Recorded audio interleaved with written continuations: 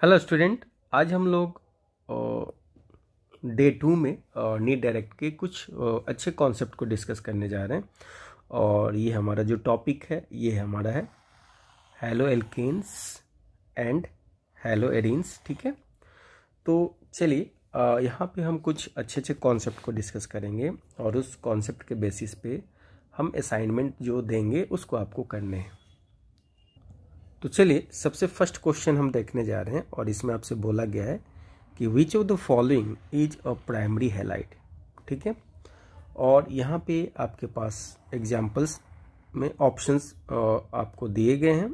ठीक है, isopropyl iodide, secondary butyl iodide, tertiary butyl bromide, neohexyl chloride. ठीक है, तो अब देखिए हम ऑलरेडी ये बात जानते हैं, ठीक है, कि जो हैलाइड होता है, ठीक है, हैलाइड को हम लोग कैसे लिखते हैं, RX से लिखते हैं। और इस हैलाइड को हम लोग डिफ्रेंशिएट करते हैं कि हैलाइड 1 डिग्री भी हो सकता है, हैलाइड क्या हो सकता है 2 डिग्री भी हो सकता है, और हैलाइड क्या हो सकता है 3 डिग्री भी हो सकता है। अब 1 डिग्री RX होने के लिए, ठीक है, क्या होना चाहिए, यहाँ पे जो आपका X है, ठीक है, यहाँ पे जो आपका X है वो कार्बन 1 डिग्री कार्बन से जुड़ा होना चाहिए। दूसरा, अगर 2 डिग्री RX है तो इस X को 2 डिग्री कार्बन के साथ जुड़ा होना चाहिए, और अगर 3 डिग्री RX है तो इस X को 3 डिग्री कार्बन के साथ जुड़ा होना चाहिए। ठीक है, यानी यहाँ पे अगर हम डिग्री की बात करें, ठीक है, अगर हम ये बोलें कि अगर डिग्री की अगर बात करते हो, किसकी डिग्री की, RX की, ठीक है, यानी हम यहाँ पे डिग्री ऑफ RX की अगर बात करें तो डिग्री ऑफ RX किसके इक्वल होगा, तो ये इक्वल होगा डिग्री ऑफ कार्बन के। ठीक है, कार्बन का जो डिग्री होगा वही डिग्री आपका क्या होगा, हैलोजन मतलब हैलाइड का भी होगा। अब देखिए फर्स्ट ऑप्शन में आइसोप्रोपाइल दिया गया। आइसोप्रोपाइल आप कैसे लिखते हो, 3 कार्बन का अल्काइल ग्रुप होता है। ठीक है, तो आइसोप्रोपाइल अगर मैं लिखूं तो कैसे लिखूंगा, CH3 CH3 और ये हो जाएगा आपका X। अब यहाँ पे अगर आप देख रहे हो तो ये जो कार्बन है ये कार्बन कौन सा है, 2 डिग्री कार्बन है। तो ये जो हैलाइड होगा ये हैलाइड क्या होगा, ये 2 डिग्री RX कहलाएगा। ठीक है, दूसरा जो ऑप्शन है उस ऑप्शंस में अगर आप देखते हैं तो सेकेंडरी ब्यूटाइल है। तो देखिए सेकेंडरी ब्यूटाइल आप कैसे लिखते हो, तो आप लिखते हो CH3 CH2 और यहाँ पे CH है और यहाँ पे आपके पास क्या CH3 है और यहाँ पे X अटैच हुआ है। ठीक है, ये फर्स्ट ऑप्शन का है और ये दूसरा ऑप्शन का है। तो आप यहाँ पे देख सकते हो कि ये जो कार्बन है ये कार्बन कौन सा है, 2 डिग्री है, तो ये भी जो हैलाइड है ये कौन सा डिग्री है, 2 डिग्री है। अब चलिए तीसरे की बात करते हैं। ठीक है, थर्ड वाले की बात करते हैं। तो थर्ड वाले में आपके पास क्या है, तो टर्शियरी ब्यूटाइल है। तो थर्ड वाले ऑप्शंस में टर्शियरी ब्यूटाइल कैसे लिखते हो, CH3 लिखते हो, C, यहाँ पे आपके पास CH3 है, यहाँ भी आपके पास CH3 है और यहाँ पे X है। अब आप देख लीजिए, अब आप क्या देख रहे हैं कि ये जो कार्बन है वो 3 डिग्री कार्बन है। तो जब ये 3 डिग्री कार्बन है और X 3 डिग्री कार्बन के साथ जुड़ा है तो इसको हम लोग क्या बोलेंगे, तो इसको हम लोग 3 डिग्री अल्काइल हैलाइड बोलेंगे। अब हमारे पास लास्ट ऑप्शन बचता है फोर्थ ऑप्शन। ठीक है, फोर्थ ऑप्शन को देखते हैं, नियोहेक्साइल बोल रहे हैं। तो देखिए नियो कौन सा ग्रुप होता है, नियो आपको पेंटाइल से मिलता है, यानी पेंटेन कार्बन में नियो पेंटेन आपने पढ़ा होगा और नियो पेंटाइल में भी आपने पढ़ा होगा। तो ये जो केस है, ठीक है, ये आपका केस किसका है और यहाँ पे X जुड़ा हुआ है, इसको हम लोग बोलते हैं दिस इज नियोपेंटाइल। क्या बोलते हैं हम इसको, नियोहेक्साइल बोलेंगे। ठीक है, यहाँ पे अगर मैं ऐसे करूँ, यहाँ पे 2 ऐड कर दूँ ये आपका है CH2 और यहाँ पे आपके पास क्या है जी CH3 और ये आपके पास क्या है जी CH3। ठीक है, ठीक है। तो ये जो हमारा हैलाइड है इसको हम लोग बोलते हैं नियो हेक्साइल क्लोराइड। ठीक है, कॉमन नेम में। तो आप यहाँ पे क्या देख पा रहे हैं, आप यहाँ पे देख रहे हैं कि ये जो कार्बन है ये कैसा कार्बन है 1 डिग्री कार्बन है, और जो हैलोजन है वो किससे जुड़ा है 1 डिग्री कार्बन से। तो ये आपको कहलाएगा 1 डिग्री हैलाइड, और 1 डिग्री हैलाइड्स को ही हम क्या बोलते हैं, हम बोलते हैं प्राइमरी हैलाइड। ठीक है, तो यहाँ से हमारा जो ऑप्शन हुआ वो ऑप्शन कौन सा हो गया, ऑप्शन 4 इज करेक्ट आंसर। चलिए नेक्स्ट क्वेश्चन हम करने जा रहे हैं, और इसमें आपको दिया गया है कि give the product obtained from the reaction. ठीक है, और यहाँ पे आपको एक साइक्लिक एल्कीन दिया गया है, यानी आप इसको बोल सकते हैं साइक्लोहेक्सीन। ठीक है, और इसका रिएक्शंस जो आपको कराया जा रहा है वो कराया जा रहा है NBS से, और किसके प्रेजेंस में कराया जा रहा है HNU के। तो यहाँ पे एक प्रोडक्ट मिल रहा है, अब आपको यही बताना है कि ये प्रोडक्ट होगा क्या। तो देखिए जी, यहाँ पे आपको सबसे तो पहले जानना पड़ेगा कि NBS होता क्या है। ठीक है, अगर आप NBS की बात करें तो NBS को हम लोग बोलते हैं N ब्रोमो सक्सिनिमाइड। क्या बोलते हैं, सक्सिनिमाइड। इसी को हम लोग शॉर्ट फॉर्म में NBS लिखते हैं। ठीक है, और ये होता कैसा है, तो देखिए ये कुछ इस तरीके का होता है। ये आपके पास है CH2, ये आपके पास है CH2। ठीक है, और यहाँ पे आपके पास है C डबल बॉन्ड O, और यहाँ आपको जुड़ा होता है N, और इससे जुड़ा होता है Br। ठीक है, इसको हम लोग बोलते हैं, this is called what, this is called N bromo succinimide. ठीक है, N ब्रोमो क्यों बोलते हैं, क्योंकि N से क्या है Br जुड़ा हुआ है। देखिए ये जो होता है ये एलाइलिक सब्स्टिट्यूशन के लिए जाना जाता है। ये किसके लिए जाना जाता है, this is well known for allylic bromination, आप बोल सकते हो ब्रोमिनेशन। एलाइलिक ब्रोमिनेशन का क्या मतलब होता है, तो सबसे पहले आपको समझना पड़ेगा कि एलाइल क्या होता है। तो देखिए अगर आपके पास इस तरीके का कहीं सिस्टम है CH2 डबल बॉन्ड CH, और इससे अटैच जो भी कार्बन है अगर वो sp3 हैबिडाइज है, कैसा है ये, अगर ये sp3 हैबिडाइज है तो इस कार्बन को हम लोग बोलते हैं allylic carbon. This is called allylic carbon. ठीक है, अब इस एलाइलिक कार्बन से हमको क्या करना है कि हाइड्रोजन को रिमूव करना है। ठीक है, और इस पोजीशन पे हमको ब्रोमीन को क्या कर देना है जी, ऐड कर देना है। तो देखिए हमारे पास ये रिएक्शन है, तो इसमें ये जो सिस्टम है ये डबल बॉन्डेड सिस्टम है। ठीक है, और इससे अटैच कार्बन देखिए यहाँ भी हाइड्रोजन है और यहाँ भी हाइड्रोजन है। ठीक है, यहाँ भी हाइड्रोजन है और यहाँ भी हाइड्रोजन है। ठीक है, यानी ये जो कार्बन है ये sp3 हैबिडाइज कार्बन है। ठीक है, और यहाँ पे जो हाइड्रोजन है वो आपको यहाँ से क्या होगा, सब्स्टिट्यूट होगा। ये भी sp3 लिख सकते हो, या ये भी sp3 है, और ये हमारा एलाइलिक है। तो दोनों में से किसी एक पोजीशन पे यहाँ से ब्रोमीन आएगा, और ब्रोमीन क्या करेगा कि वहाँ के हाइड्रोजन को सब्स्टिट्यूट करके और यहाँ पे ऐसे बना लेगा।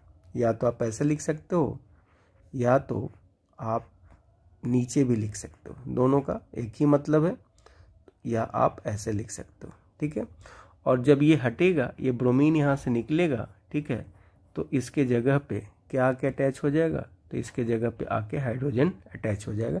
हमें सिर्फ इस प्रोडक्ट से मतलब है।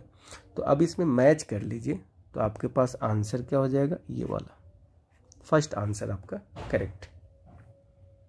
तो ये याद रखिए कि जो NBS होता है ये किसके लिए रिस्पॉन्सिबल होता है, तो ये एलाइलिक सब्स्टिट्यूशन रिएक्शंस के लिए एप्लीकेबल होता है। चलिए नेक्स्ट जो हमारा क्वेश्चन है उसको हम लोग देखते हैं। क्वेश्चन में ये दिया गया है कि which of the following leads to the formation of an allyl halide. ठीक है, allyl halide sorry alkyl halide किसको बोलते हो, RX को आप बोलते हो एल्काइल हैलाइड। ठीक है, तो अब ये रिएक्शन देख के बता दीजिए कि क्या है। तो देखिए हमने क्या पढ़ा था कि अगर आप अल्कोहल का रिएक्शन किसके साथ कराइए, रेड फॉस्फोरस और Br2 के साथ, यानी आप यहाँ पे इसको ऐसा समझ लीजिए कि ये PbR3 है। ठीक है, तो ऐसे केस में ये क्या बना लेगा, C2H5 और यहाँ पे Br आपको बना लेगा। देखिए अगर आपके पास अल्कोहल है और SOCl2 के साथ रिएक्शन कराते हैं तो भी ये क्या बना लेता है, ये आपको एल्काइल हैलाइड बनाएगा। ठीक है, और यहाँ पे देखिए, यहाँ पे अगर आप इसको KBr और कंसनट्रेटेड सल्फ्यूरिक एसिड के साथ रिएक्शन करेंगे तब भी ये आपको क्या बना लेगा, C2H5 और यहाँ से Br बनेगा। यानी हर एक कंडीशंस में आपको यहाँ एल्काइल हैलाइड का फॉर्मेशंस होगा, इसलिए आंसर आपका क्या हो जाएगा, 4 आंसर हो जाएगा। चलिए नेक्स्ट क्वेश्चन हम करने जा रहे हैं और ये क्वेश्चन है कि आपको बताना है कि the decreasing nucleophilicity among the nucleophiles. अब देखिए हम लोग पढ़ चुके हैं कि जो रिएजेंट होते हैं, ठीक है, ये रिएजेंट जो होते हैं ये 2 टाइप के होते हैं। ठीक है, एक को हम लोग क्या बोलते हैं, इलेक्ट्रोफाइल बोलते हैं, और एक दूसरे को हम लोग क्या बोलते हैं, न्यूक्लियोफाइल बोलते हैं। अब जो इलेक्ट्रोफाइल होता है ये इलेक्ट्रॉन डेफिशिएंट होता है। ठीक है, इसमें इलेक्ट्रॉन की कमी होती है। ठीक है, तो ये आपका आप बोल सकते हो कि ये इलेक्ट्रॉन डेफिशिएंट होता है। ठीक है, और ये जो होता है ये इलेक्ट्रॉन रिच होता है। ठीक है, तो जो न्यूक्लियोफाइल से रिलेटेड जो प्रॉपर्टीज होता है उसको हम लोग बोलते हैं न्यूक्लियोफिलिसिटी, न्यूक्लियोफिलिसिटी। ठीक है, अब देखिए न्यूक्लियोफाइल किसको बोलते हो, तो देखिए आप कोई भी नेगेटिव चार्ज ले लीजिए, तो नेगेटिव चार्ज को वाले स्पीसीज को हम क्या बोलेंगे, एनायन बोलेंगे। या अगर आपके पास न्यूट्रल है, ठीक है, और उसके ऊपर लोन पेयर ऑफ इलेक्ट्रॉन है और उसके सेंट्रल एटम का ऑक्टेट कंप्लीट है, तो वो भी न्यूक्लियोफाइल का काम करेगा। तो अगर ये एनायन या ये लोन पेयर वाला स्पीसीज हाइड्रोजन के ऊपर अटैक करता है, यानी H+ के ऊपर अटैक करता है, तो ये कहलाएगा बेस। ये क्या कहलाएगा, बेस। लेकिन अगर ये अदर देन हाइड्रोजन अगर अटैक करता है, जैसे कि कार्बन के ऊपर अटैक करता है, तो ये कहलाएगा, इस स्पीसीज को हम लोग कहते हैं न्यूक्लियोफाइल।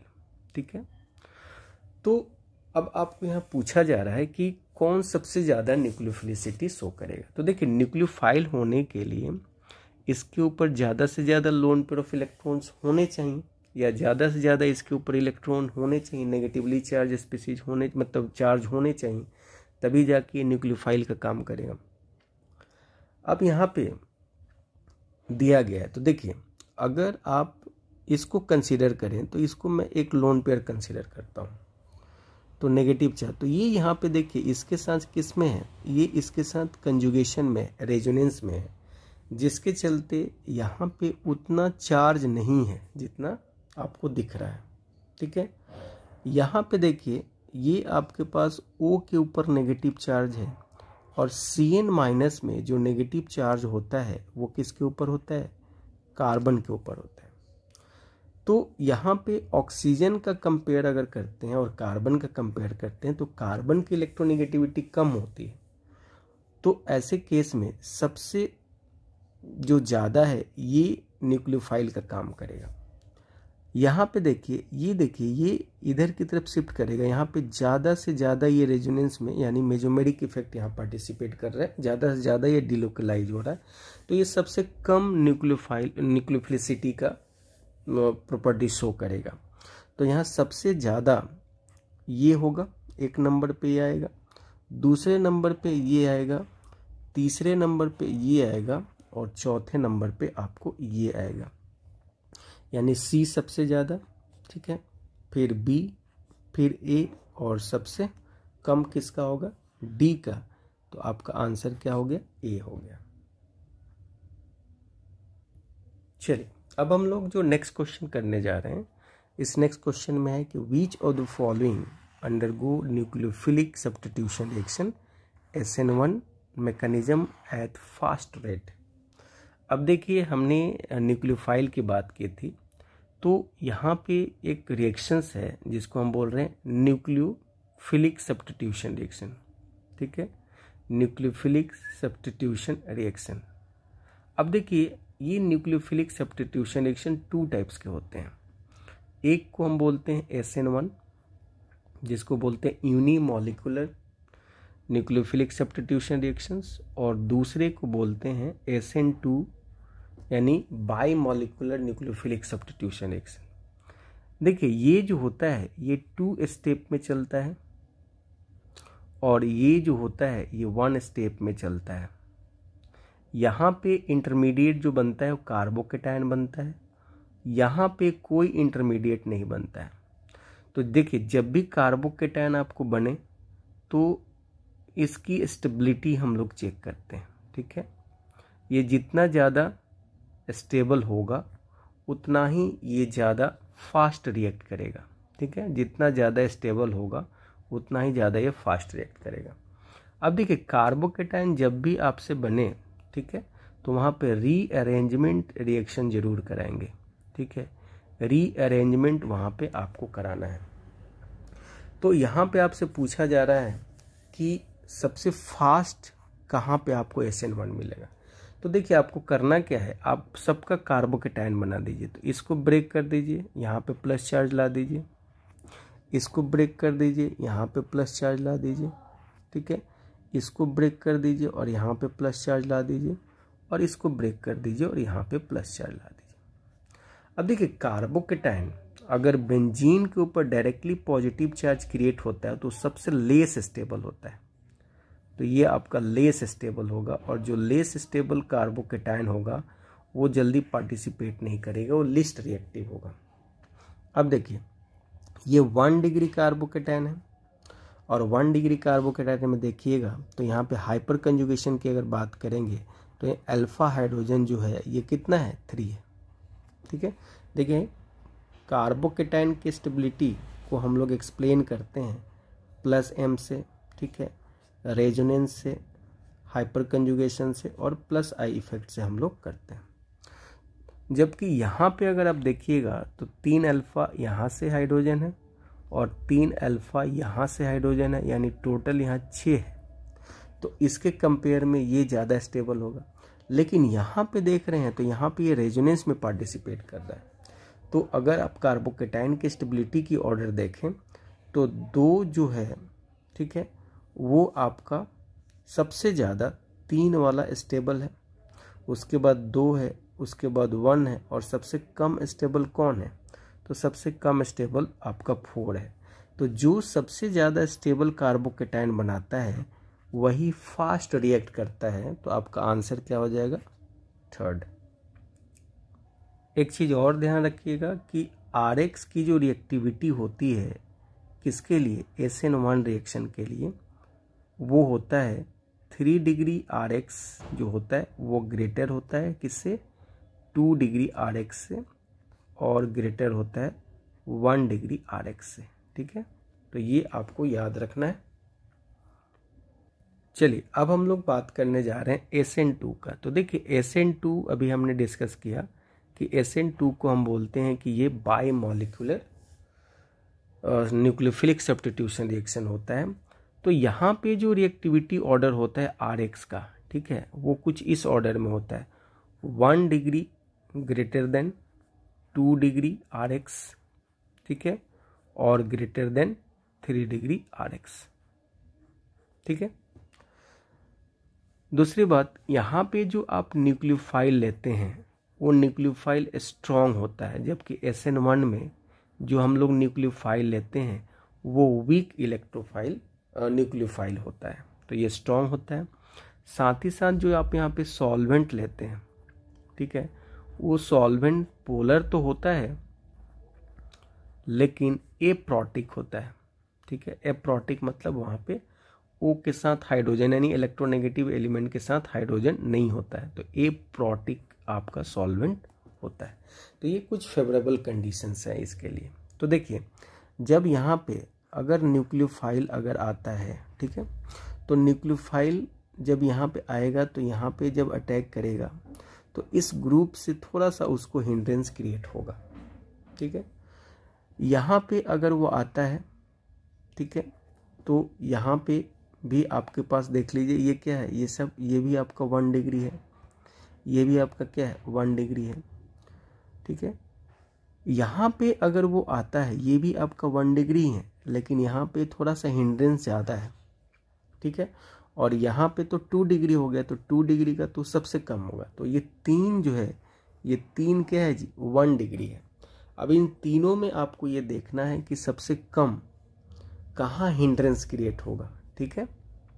तो देखिए यहाँ पे सबसे कम हिंड्रेंस होगा, क्योंकि यहाँ पे देखिए अल्काइल ग्रुप बड़ा है तो यहाँ पे हिंड्रेंस ज़्यादा होगा। तो फर्स्ट पोजीशन पे मैं इसको रखूँगा, सेकंड पे ये रहेगा। अब देखिए यहाँ पे अल्काइल ग्रुप जुड़ गया, ठीक है, तो ये थर्ड पोजीशन पे हो गया, और ये आपका क्या हो गया सेकंड, तो ये फोर्थ पोजीशन पे होगा। तो सबसे ज़्यादा A होगा, फिर B होगा, फिर C होगा, और सबसे कम क्या होगा D होगा, ठीक है। तो यहाँ पे आपको हिंड्रेंस देखना है, ठीक है। जहाँ भी स्टेरिक हिंड्रेंस होगा वहाँ पे न्यूक्लियोफाइल अटैक नहीं करेगा।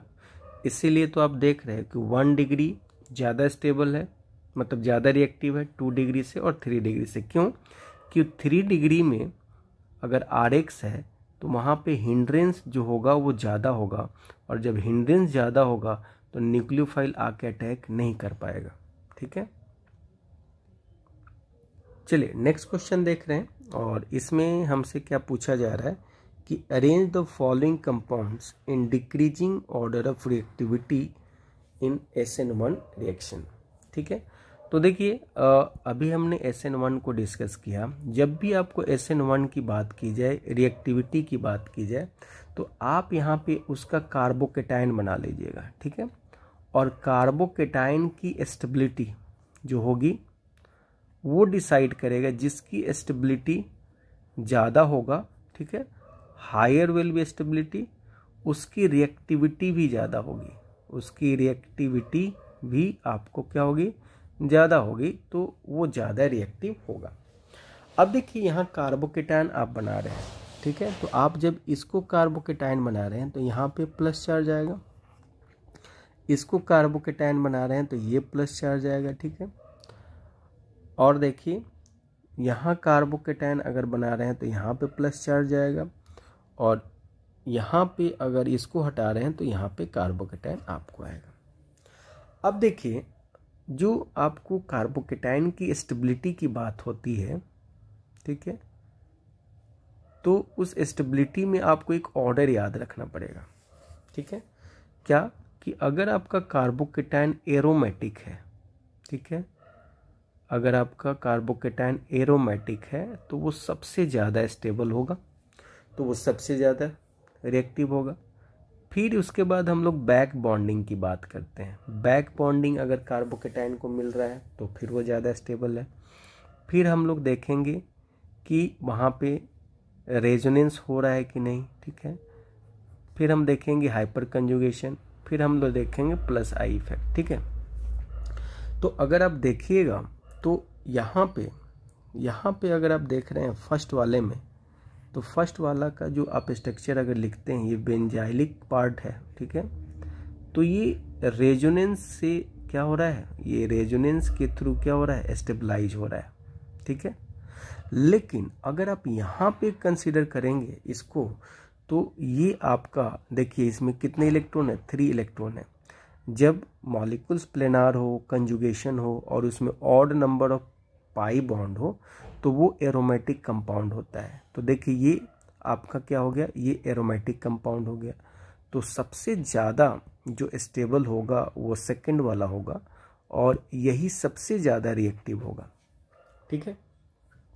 उसके बाद इस वाले केस में और इसमें वाले केस में 3 डिग्री जो होता है कार्बोकेटाइन वो ज़्यादा स्टेबल होता है बेंजाइलिक कार्बोकेटाइन से, और फिर सबसे कम स्टेबल यहाँ पे जो होगा वो C होगा। तो सबसे ज़्यादा B होगा, ठीक है, तो B, ठीक है। उसके बाद आपका क्या है, यहाँ पे थोड़ा करेक्शन करेंगे हम लोग, यहाँ पे बैक बॉन्डिंग सबसे ज़्यादा जो होता है वो सबसे ज़्यादा स्टेबल होता है, बैक बॉन्डिंग का केस रखेंगे।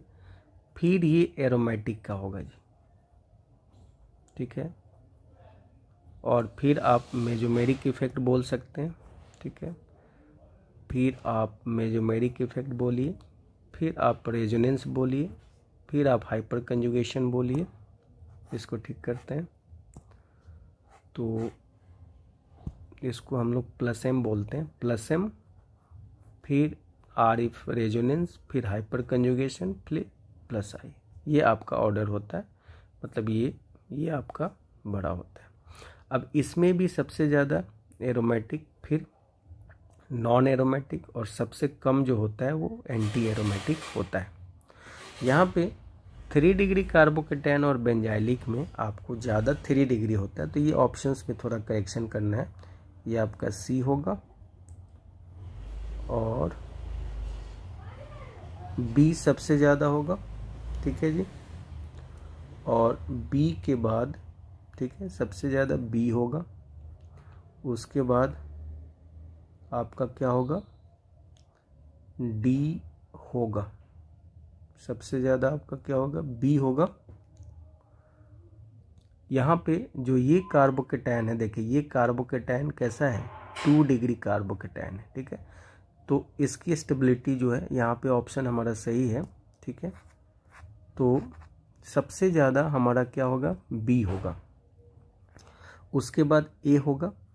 और अब इसमें देखिए, इसमें और इसमें अगर आप कंपेयर करते तो यहाँ पे 2 अल्फ़ा है, यहाँ पे 2 अल्फ़ा है और 3 अल्फ़ा यहाँ पे है, तो इसमें हाइपर कंजुगेशन ज़्यादा होगा, इसलिए C होगा। और लास्ट में आपका क्या होगा, D होगा। तो आंसर आपका क्या हो जाएगा, आंसर जो आपका हो जाएगा वो यहाँ 4th ऑप्शन ये वाला सही है, ठीक है, क्योंकि ये कंपाउंड एरोमेटिक हो गया, ठीक है। अब यहाँ पे ड्यू टू द रेजोनेंस ज़्यादा ये स्टेबलाइज हो रहा है, और यहाँ पे हाइपर कंजुगेशन इनके और इनके कंपेयर कर रहे हैं तो इनका हाइपर कंजुगेशन ज़्यादा है। यहाँ पे कितना, 2, 2, 4 और 3, 7 अल्फा हाइड्रोजन है, ठीक है, इसके पास। तो इस तरीके से आपका आंसर कितना हो गया, 4। देखिए अब हमसे पूछा जा रहा है कि SN2 के लिए फेवरेबल कंडीशंस क्या होता है। तो देखिए हमने क्या बोला कि SN2 का मतलब क्या होता है, SN2 में जो आपका न्यूक्लियोफाइल होना चाहिए वो न्यूक्लियोफाइल कैसा होना चाहिए, स्ट्रॉन्ग, ठीक है। तो ये एक फेवरेबल कंडीशन है। दूसरा है कि जो यहाँ पे सॉल्वेंट होना चाहिए, ठीक है, ये सॉल्वेंट कैसा होना चाहिए, पोलार एप्रोटिक। कैसा होना चाहिए, पोलार एप्रोटिक, पोलार एप्रोटिक, ठीक है। अब देखिए अगर यहाँ पे देखते हैं तो ये आपका पोलार प्रोटिक है, ठीक है। यहाँ भी अगर देख रहे हैं तो ये भी पोलार प्रोटिक है। अब टेट्राहाइड्रोफ्यूरॉन ऐसा होता है ये वाला।